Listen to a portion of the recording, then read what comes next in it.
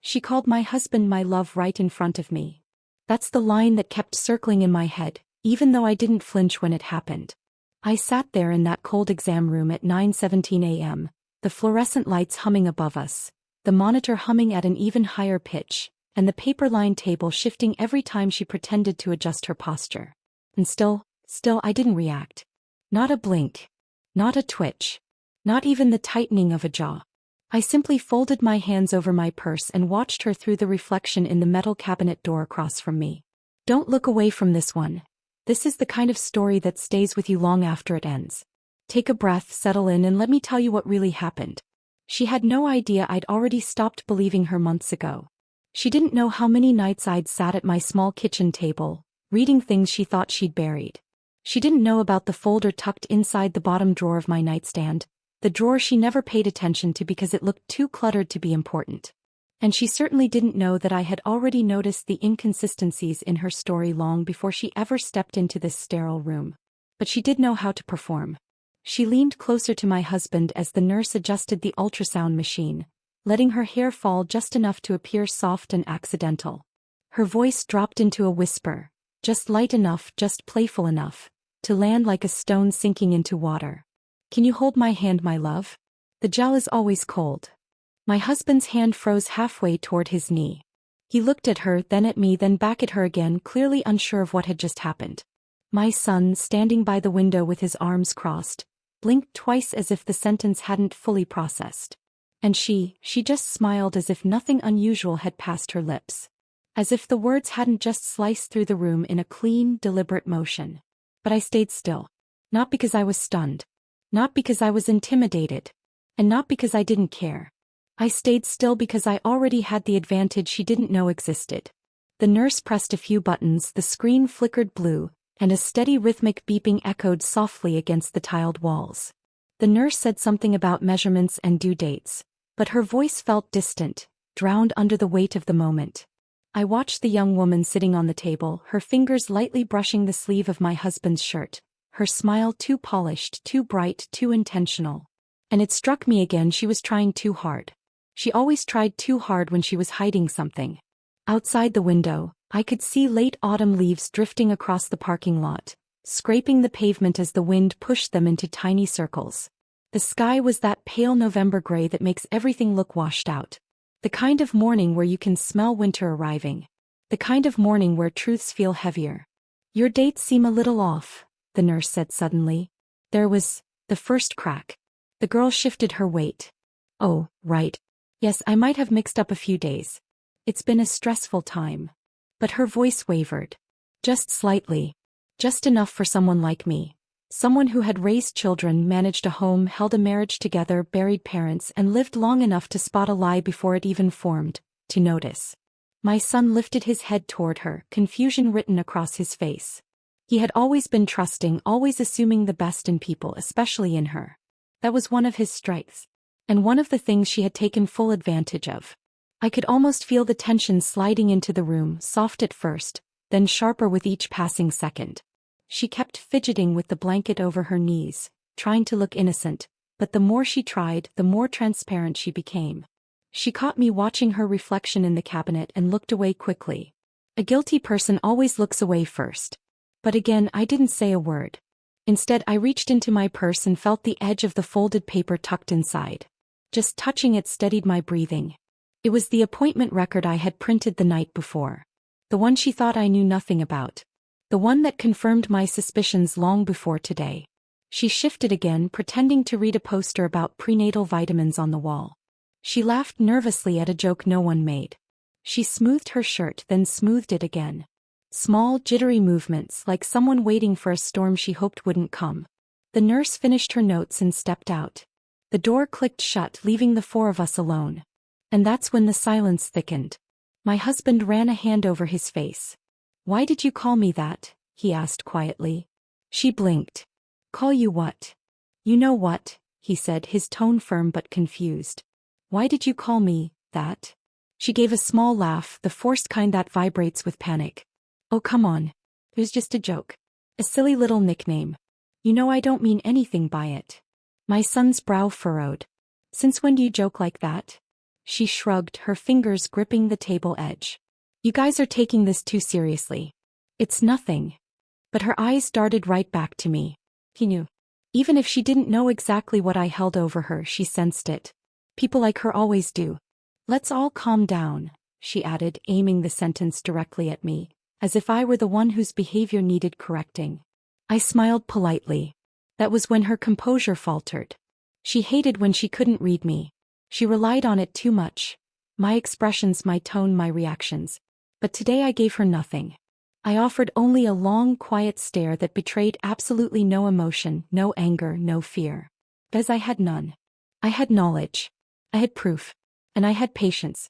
The room felt colder as the seconds dragged. I listened to the clock ticking above the door, each click counting down to the moment she would realize she had already lost long before she whispered those childish words. Finally, she cleared her throat.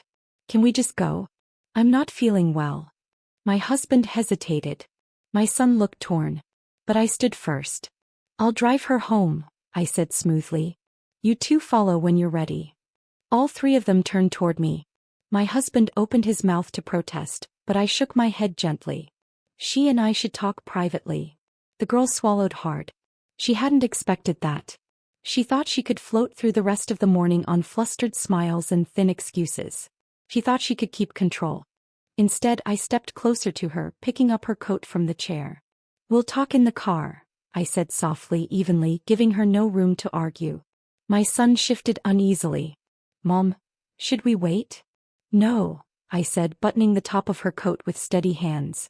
You'll have plenty to discuss when we get home. Her breath caught. She knew I meant something by that. She didn't know what.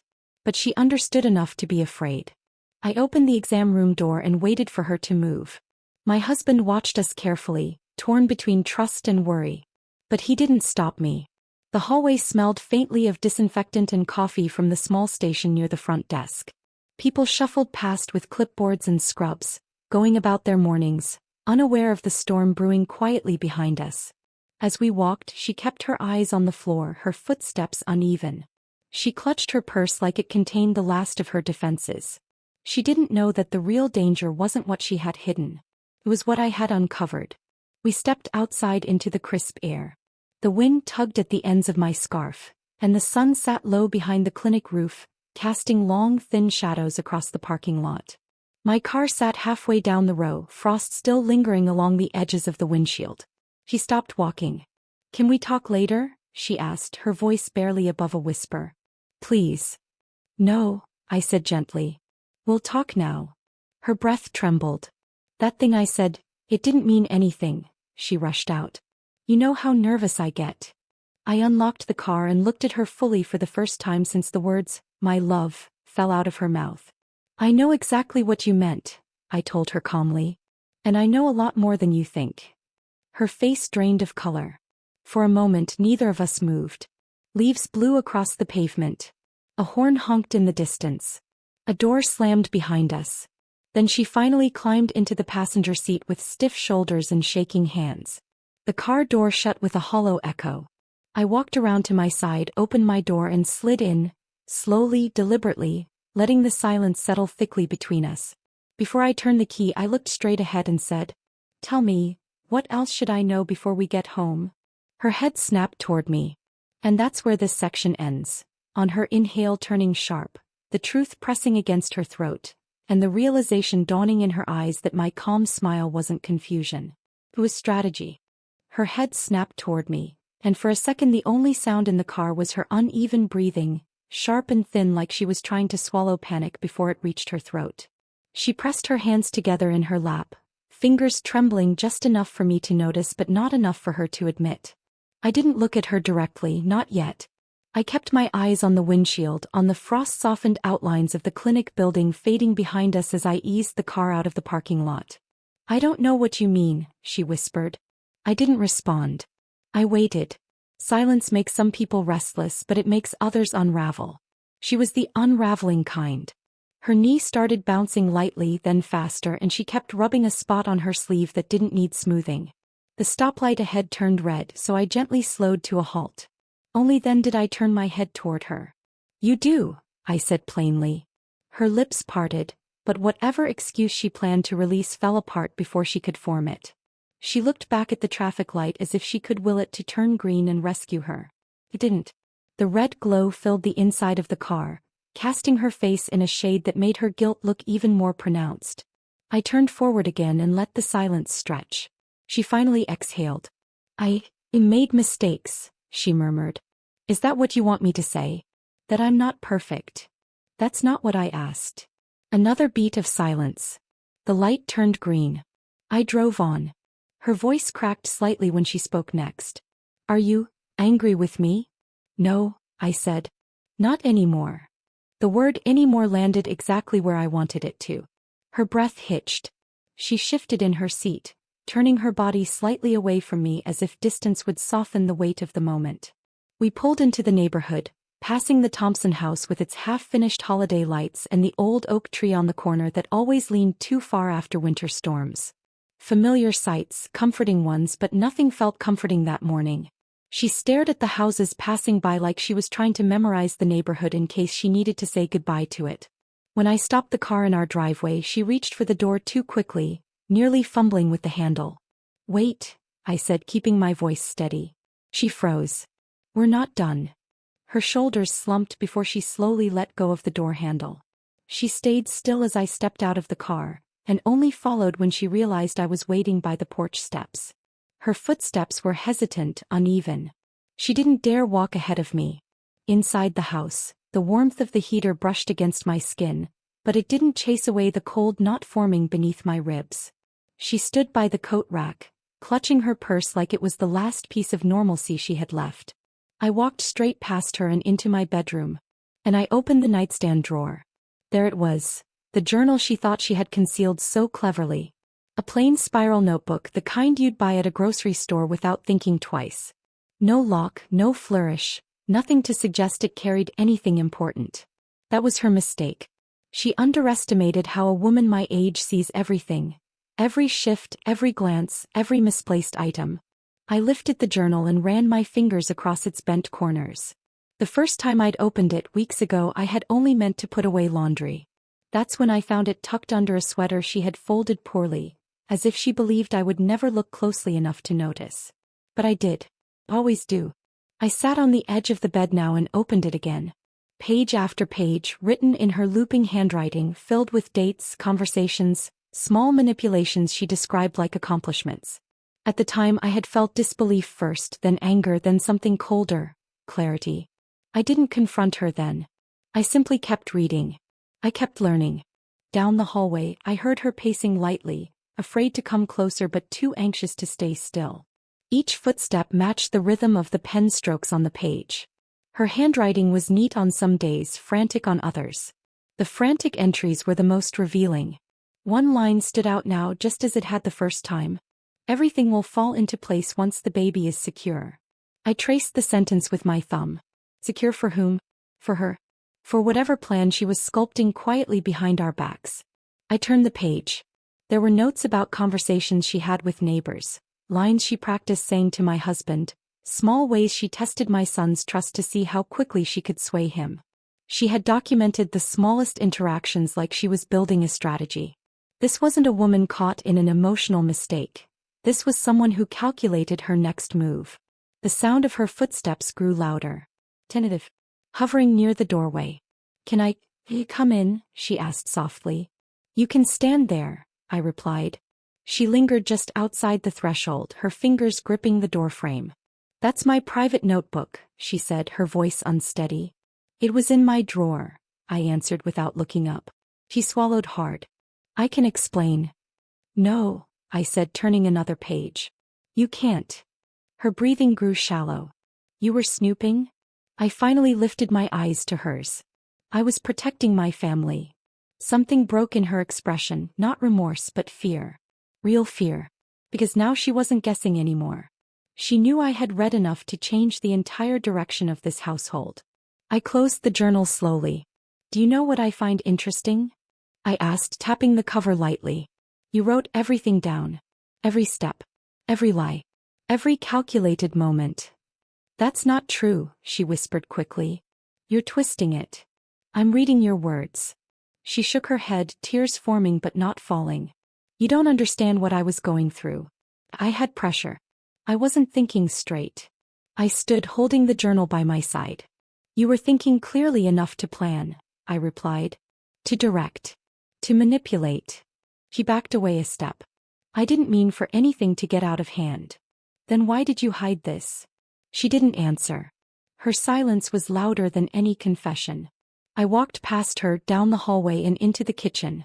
The morning light filtered through the window blinds, casting narrow bars of brightness across the counter. I set the journal down gently and opened one of the pages again, not to torment her, but to remind myself that none of this was imagined. Every word was here. She followed me into the kitchen but kept her distance, hovering near the doorway like a shadow unsure of its place. When did you find it? She asked quietly. A while ago. Why didn't you say anything? Because you already expected me to, I said. And that's why I didn't. Her confusion deepened. What does that mean? It means I learned more by staying silent than I ever could have learned by confronting you. Her mouth fell open slightly. You were watching me. I was paying attention. For a moment she seemed to run out of oxygen. She leaned against the counter, gripping the edge like her legs weren't strong enough to hold her upright. I never wanted things to go this far, she whispered. They didn't go far, I corrected. Not yet. Her eyes widened. I didn't elaborate. I wouldn't, not in this heading. I simply picked up the journal again and placed it inside a clean, labeled folder. Not hidden. Visible. Right on the kitchen table where anyone could see it. He stared at it like it was something alive. This isn't fair, she muttered weakly. It's not meant to be, I answered. It's meant to be honest. I walked past her and opened the front door to let in fresh air. The cold breeze swept in, carrying the faint scent of pine and distant chimney smoke. A neighbor waved as she walked her dog past the driveway. Everything looked normal, peaceful, ordinary. But inside the house the truth was shifting. She stood frozen in the doorway behind me and I knew, without turning around, that she understood something vital. I wasn't reacting to her anymore. I was dismantling her piece by piece. And we were only just beginning. I stood there with the front door open, letting the cold November air fill the house, while she hovered behind me like a shadow afraid of disappearing. I didn't look back at her. I didn't need to. Her fear had a weight, a presence, and it clung to the space between us like static. I took one slow breath and stepped fully outside, the wind brushing against my cheeks, sharp and grounding. It was the kind of breeze that reminded you you're still alive, still aware, still capable of seeing what others hope you'll ignore. Behind me I heard her shift her weight. A quiet scrape of her shoe against the floor. She didn't dare come closer. Just then the mailbox lid clattered shut. A familiar sound. Morning delivery. The mail carrier's truck rolled past our driveway, tires crunching softly over the last layer of frost on the road. It was an ordinary sound. A neighborhood sound. But this morning it felt like something else entirely. I walked toward the mailbox with calm, steady steps. I didn't hurry. I didn't glance back. I knew she was watching from the doorway, her breath shallow, her hands twisting the strap of her purse out of sight. She understood that anything arriving today could destroy the thin story she'd barely been holding together.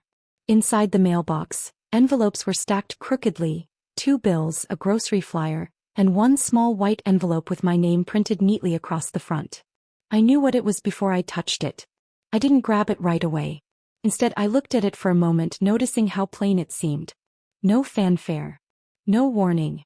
Just a thin seal containing answers that none of us were prepared to face. Answers she had been hoping to outrun. I took the envelope, closed the mailbox gently and walked back toward the house.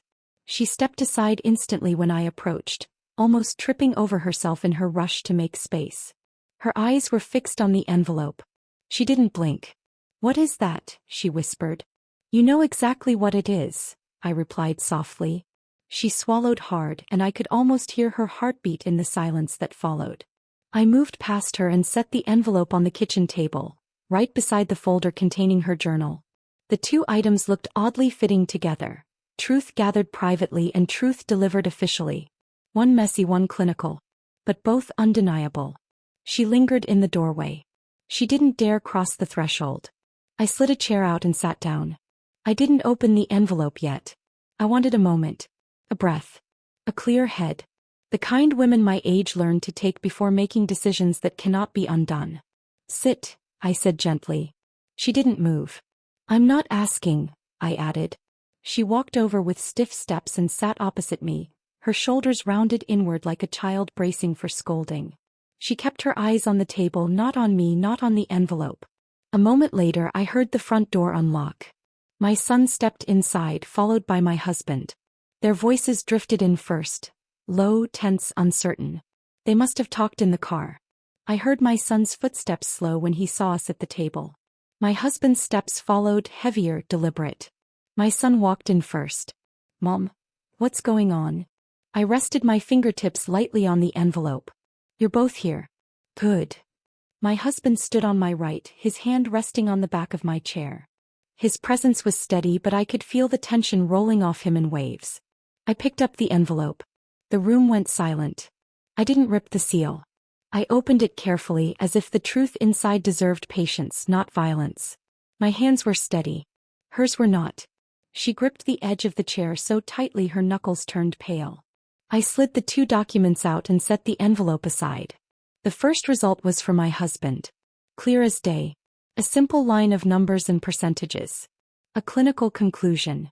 0%. I didn't speak. I didn't need to. My husband leaned closer, his eyes tightening as he read. His jaw clenched, not in anger but in something deeper, older. A kind of hurt that doesn't show loudly, only settles into the bones.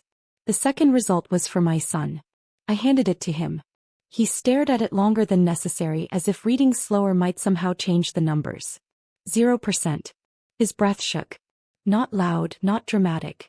Just a small, broken exhale that felt heavier than anything the room had heard yet. She pressed a hand over her mouth. There has to be a mistake. My husband didn't look at her. There isn't. My son set the paper down and pushed his chair back abruptly. The legs scraped against the floor with a harsh sound that made her flinch. This can't be real, he whispered. It can't. It is, I said softly. He looked at me then. His eyes were wet, but not from sadness alone. From humiliation. From betrayal. From the realization that the future he'd been imagining had been built on something hollow. She wiped her cheeks quickly. I can explain. My husband finally looked at her. Explain what? Explain numbers? Explain science? Explain why you said nothing. She shook her head. No, this is wrong. I swear you don't understand. I didn't. Her voice cracked. She was scrambling, reaching for any sentence that might anchor her. None came. My son stepped away from the table and pressed his palms against the counter, his back to us. His shoulders trembled, not with tears but with the effort of holding himself together. Why didn't you tell us? He asked without turning around. He stood now desperate, defensive. Because I was confused. Because I didn't know how to deal with everything and I didn't want to lose you. You already did, he said quietly. The room fell painfully silent. She wiped her nose with the back of her hand. Your mom is twisting everything. My mom didn't write your journal, he snapped, finally turning. You did. Her face went blank for a second, like her mind couldn't process the words fast enough. I watched her calmly without speaking. She looked at me then, not with anger, not with defiance, but with the hollow realization that her last defense had slipped away. My husband sat down beside me, his hand brushing against mine. A simple touch. A silent reassurance. A sign that he finally understood the depth of what I'd been quietly carrying. He looked at her again. Why did you lie to us? She opened her mouth but no sound came out. I leaned back in my chair and spoke for the first time since the results were opened. This isn't about the numbers. It's about what you were hoping they would protect. He stared at me, trembling. You don't know what I've been dealing with. I know enough, I said. Enough to understand you weren't acting out of confusion. You were acting out of calculation. My son sat down slowly, his face hardening. He wasn't looking at her anymore. He was looking at the table, at the journal, at the results, at every piece of truth laid out in front of him like a map of betrayal. She reached for him. Please. He pulled back instantly. Don't touch me. The rejection crushed her. I saw it in the way her shoulders collapsed inward. But sympathy was not something she had earned. My husband folded the results neatly and set them back on the table. We need to talk about what happens next. And that sentence, that quiet, steady sentence, made her final mask crack. Her breath stuttered. Her knees weakened.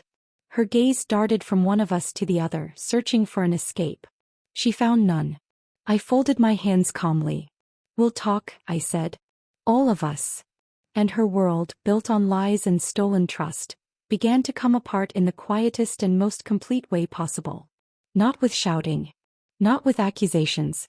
But with truth she could no longer outrun. The sentence hung in the room like a quiet verdict. She looked at me as if I had pulled the floor out from under her, and maybe in a way I had. My son sank back into his chair, hands clasped tightly, his thoughts unraveling faster than he could keep up. My husband stood still beside me, his breathing slow and controlled, as if he was holding himself together long enough for the truth to settle. But I didn't move. I let her feel the weight of the moment. And then I spoke again, my voice steady. Call your parents. I want them here tonight. She blinked hard. Tonight. Yes, I said. Tonight. Her lower lip trembled. It's not necessary. We can talk privately. We won't be doing anything privately anymore. My husband didn't say a word, but he nodded once, almost imperceptibly. My son rubbed his forehead with a tired hand, as though realizing this night would change everything he thought he knew. She hesitated, then reached for her phone with shaking fingers. She stepped into the living room and dialed a number, her voice low and panicked. I didn't follow her. I didn't need to hear the excuses she was probably giving them. Whatever she said wouldn't matter by the end of the night. When she returned, she looked smaller, her shoulders hunched inward. They're coming at 7. Good, I said quietly. Then we'll wait. I closed the journal folder and placed it on the counter beside the DNA envelopes. The evidence wasn't loud, it didn't need to be. Sometimes quiet truth cuts deeper than anger ever could. The next few hours were tense but not chaotic. Not shouting. Not arguing. Just a heavy, suffocating silence. My son retreated to his room, occasionally pacing down the hallway before returning to solitude. My husband stayed in the kitchen with me, though he said little. He handled the weight differently. He held it inside first, then figured out how to release it piece by piece. As for her, she drifted like a restless ghost, closing cupboards without purpose, straightening cushions she had wrinkled herself, pretending to find chores where none existed. She avoided my eyes every time she passed through a doorway. She knew that looking at me meant facing a truth she wasn't ready to acknowledge. Around 6:30, the sun began to sink behind the trees, casting long shadows across the living room. The house felt different at dusk. Quieter, more reflective, like it understood what the night would bring. My husband finally spoke. Are you sure about this? Yes, I said. They need to hear the truth directly. No twisting. He nodded slowly. He wasn't challenging me, he was preparing himself. At exactly 7, headlights swept across our driveway. Her parents stepped out of their car, their silhouettes framed by the fading evening light. They looked confused but concerned, their expressions tightening when they saw their daughter waiting outside the front door, wringing her hands. I stood up from the dining table as they entered. They greeted us out of politeness, but worry flickered behind their smiles. What's going on? Her mother asked, scanning each of our faces. I gestured toward the dining table. Please sit. My son emerged from the hallway, stopping beside my husband. He didn't look directly at her. He barely looked at anyone. His face was pale with exhaustion, the kind that comes from heartbreak and betrayal settling deep in the body. She took the seat farthest from the evidence on the table, as if distance alone could shield her. I sat slowly, folding my hands on the wood grain. I could feel her parents' confusion. The room held too much tension for them not to sense something serious. Her father cleared his throat. Is everything all right? No, I said softly. It isn't. A silence fell over the room, thick and expectant. I didn't rush. I reached for the 2 DNA papers and placed them at the center of the table. Her parents leaned forward instinctively. What are those? Her mother asked, a tremor in her voice. My husband answered this time. Test results. Her father frowned. For what? For the child, my husband said, keeping his tone steady. The child she told us belonged to one of us. Her mother blinked rapidly. I don't understand. My son looked up then, his voice fragile. There's no chance the baby is mine. Or my father's. The words landed like stones. Her mother put a hand to her chest. What do you mean? My son pushed the paper toward them. 0%. For both. Her parents stared at the document as if trying to decipher a foreign language. Her mother's eyes welled instantly, but not with defensiveness, with devastation. Her father exhaled slowly, his shoulders sinking. And then she spoke up, her voice rising sharply. This is blown out of proportion. No, I interrupted quietly. It's not. Her mother turned to her, stunned. Is this true? She shook her head quickly. Mom, they're twisting things. My son stepped closer. No one twisted anything. We're reading your actions, not rewriting them. Her father's voice hardened slightly. Explain this. She opened her mouth, but nothing of substance came out. Only scattered fragments of excuses she'd already worn thin. At that moment I stood and walked to the nearby shelf. I returned with the folder. I placed it gently on the table, the journal inside resting like a truth waiting to speak for itself. What is that? Her father asked. Something she wrote, I said. Her own words. She lurched forward. Please don't open that. Her mother reached the folder first, hands trembling as she lifted the cover. She began reading the first page. Lines of dates, names, descriptions, plans, calculations. Her mother gasped softly, each line cutting deeper than the last. Her father took the journal from her hands and read in stiff, stunned silence. His jaw clenched. His breathing grew shallow. When he finally looked up at his daughter, there was a grief in his eyes no parent ever wants to feel. Why? He asked simply. Why would you write these things? She shook her head frantically. I didn't mean any of it the way it sounds. It sounds intentional, her mother said, her voice breaking. It sounds like you were planning to control everything. Her daughter reached toward her, but her mother recoiled slightly, hurt etched into every line of her face. My husband kept his eyes on her, not with anger but with clarity, the kind a man gains when truth has stripped away every illusion. I felt the room shift. The center of gravity wasn't her anymore. Not her voice, not her excuses, not her manipulations. The truth had settled on the table. And it was speaking louder than any of us ever had. Her mother looked at me suddenly. How long have you known? I didn't hesitate. Long enough to understand she wasn't confused. She was documenting her intentions. Her father set the journal down slowly. His hands were steady, but his face carried the quiet devastation of a man who had just realized he didn't know his own child as well as he believed. This isn't you, he whispered to her. Tell me this isn't you. She finally broke. Tears spilled over, rapid and uncontrolled. I didn't know what to do. I made mistakes. I wasn't thinking clearly. I didn't know how to fix it. My son interrupted, his voice raw. You didn't try to fix anything. You doubled down. She looked at him then, truly looked, her expression collapsing when she saw the distance in his eyes. The love she once relied on had evaporated. She knew it. Her mother covered her mouth with her hand, horrified. Her father pressed his fingertips to his forehead as if trying to process a nightmare he couldn't wake from. My husband stood slowly, bracing himself against the back of his chair. We brought you into this home. We trusted you. And you wrote all of this while sitting at our table? She sobbed harder. I didn't mean to hurt anyone. That's the point, I said quietly.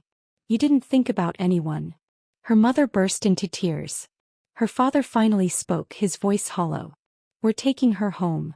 She looked up sharply, panic flooding her face. Dad, no, please. He didn't respond.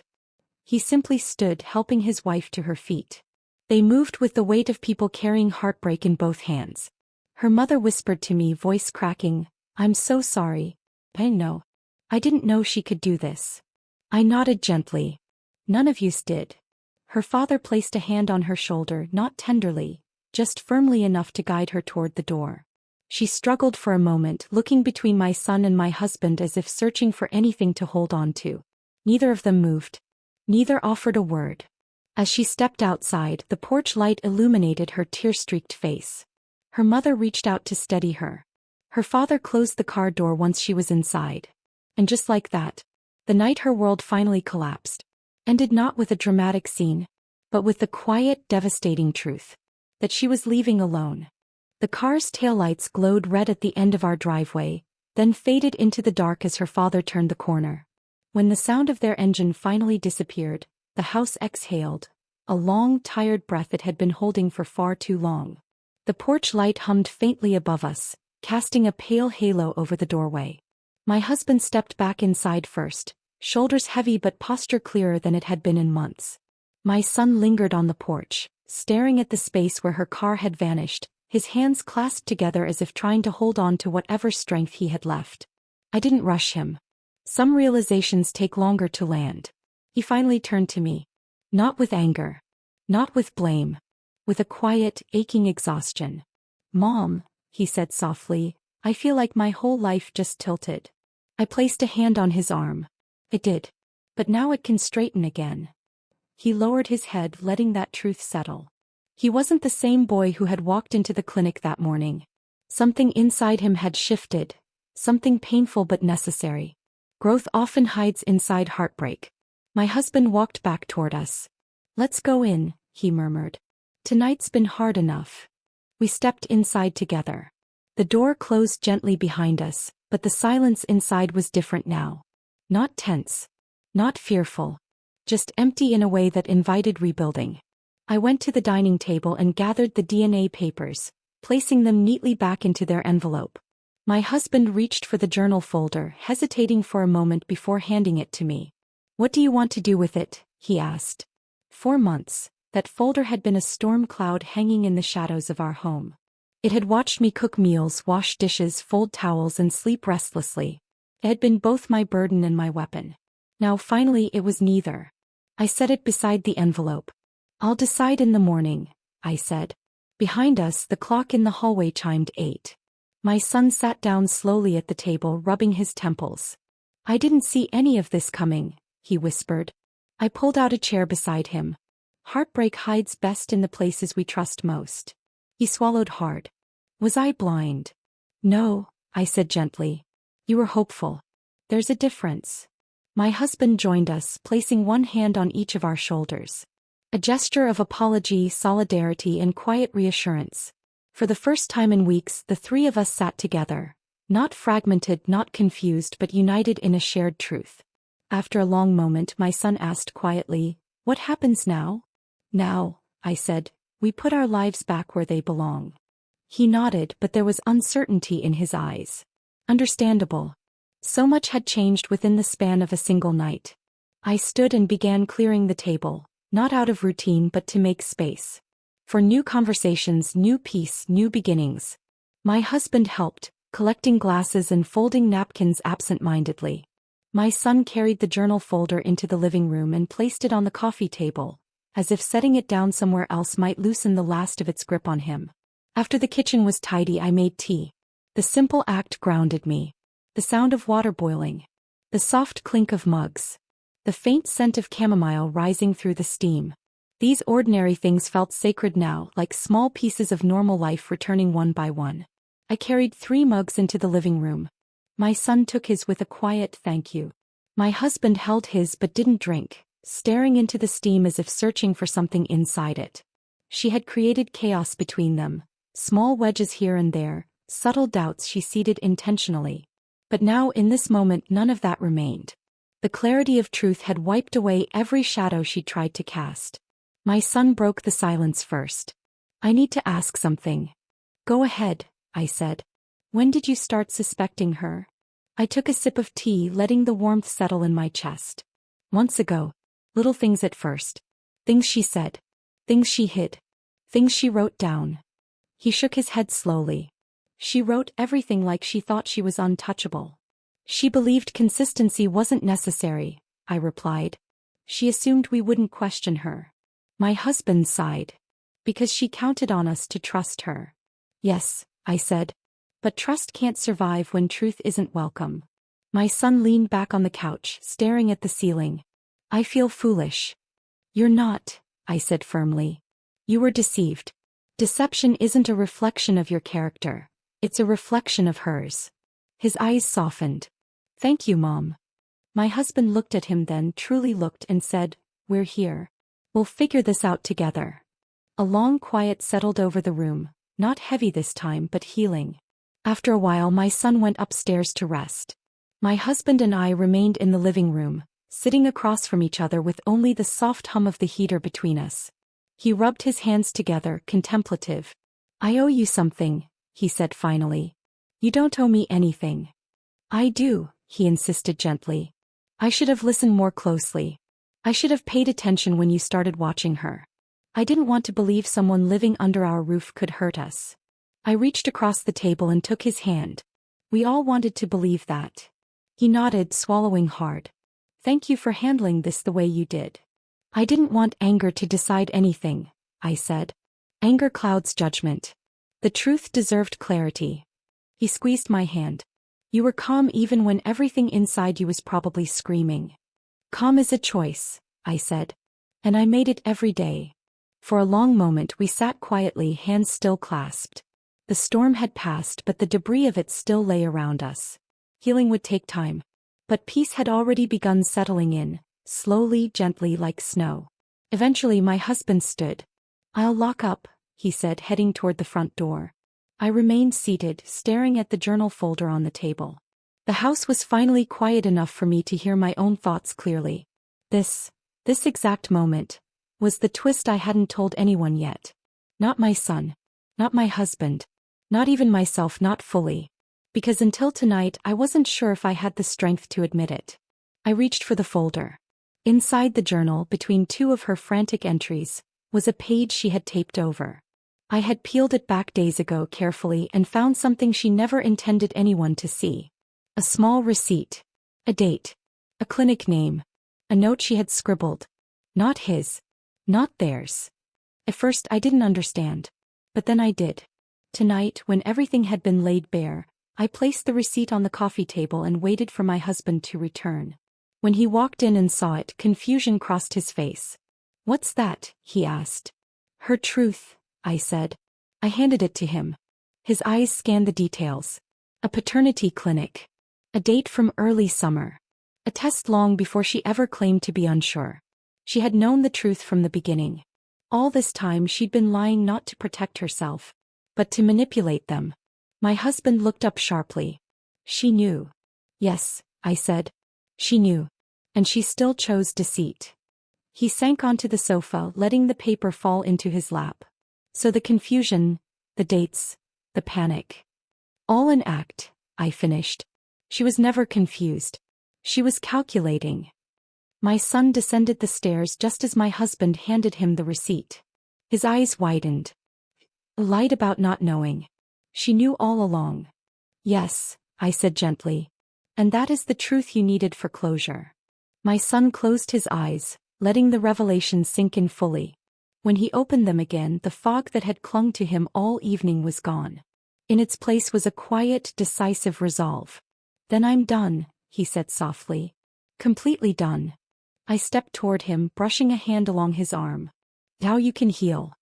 He nodded slowly. "Now I can." My husband gathered the DNA papers, the journal, and the receipt. Together we placed them into the folder and sealed it shut, not out of secrecy but out of finality. The truth had served its purpose. The evidence no longer needed to sit on the table like a wound that refused to close.